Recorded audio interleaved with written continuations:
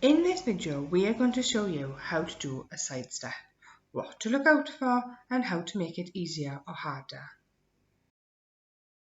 To side step, stand with your feet slightly apart. To side step to the right, step to the side with your right foot and move your left leg to meet the right foot. Repeat this.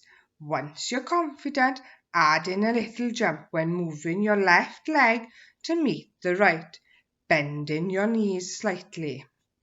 Repeat in the opposite direction to side step to the left.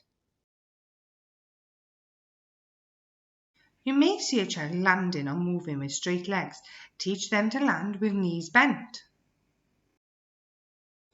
To make it easier, take little steps to the side without the jump.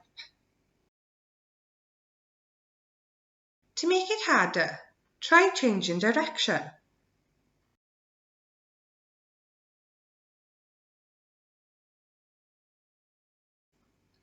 Can you think of other ways to make it easier or harder? Why not visit our Facebook, Twitter and website for more ideas?